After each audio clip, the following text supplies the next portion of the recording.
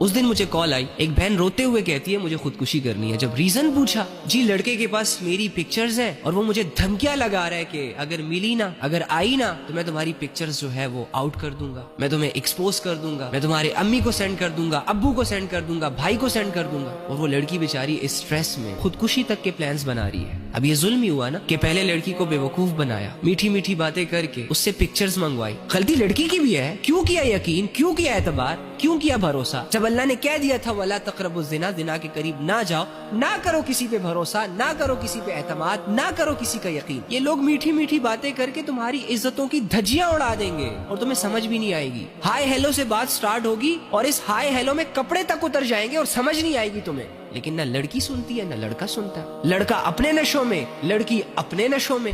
پھر جب ایسی آزمائشیں آتی ہیں تو ان کو لٹکنے کے خواب آتے ہیں, حرام کاموں میں اپنی زندگی گزار رہے ہوتے ہیں, اور جب تھوڑی سی آزمائش آتی ہے پھر تو مرنا بھی ان کو حرام طریقے سے ہوتا ہے. تو وہ ظالم ہے وہ لڑکا. تو یار خدا کا واسطہ یہ تم لوگ کیا کر رہے ہو یار؟ یہ نفس اور ہوس اور شہوتوں کے نشوں میں کون سی زندگیاں اختیار کر لی ہیں آپ لوگوں نے؟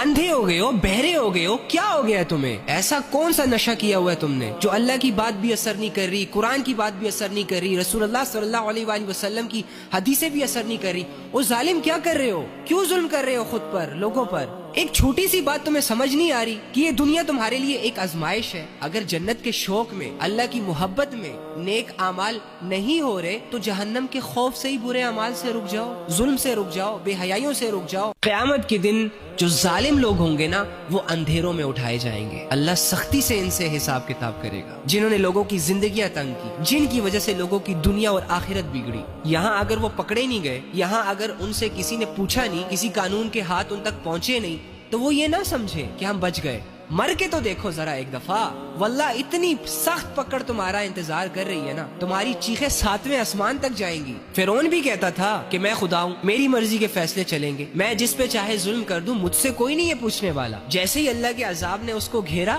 ساری اکڑ ٹھکانے آ گئی, جھک گیا اللہ کے سامنے, چیخ چیخ کے کہہ رہا تھا میں سدھر گیا, میں لے آیا ایمان آپ پر, موقع دے دے. کوئی موقع نہیں ملا. ایسے ہی آج اگر اس دنیا میں کوئی بھی ظالم ہے, کوئی بھی کسی دوسرے پہ ظلم کر رہا ہے اور اس کی وجہ سے کسی کی زندگی برباد ہو رہی ہے, کسی کی عزت برباد ہو رہی ہے, کسی کا ایمان خطرے میں, واللہ ایسے ظالموں کی پکڑ بہت سخت ہونے والی.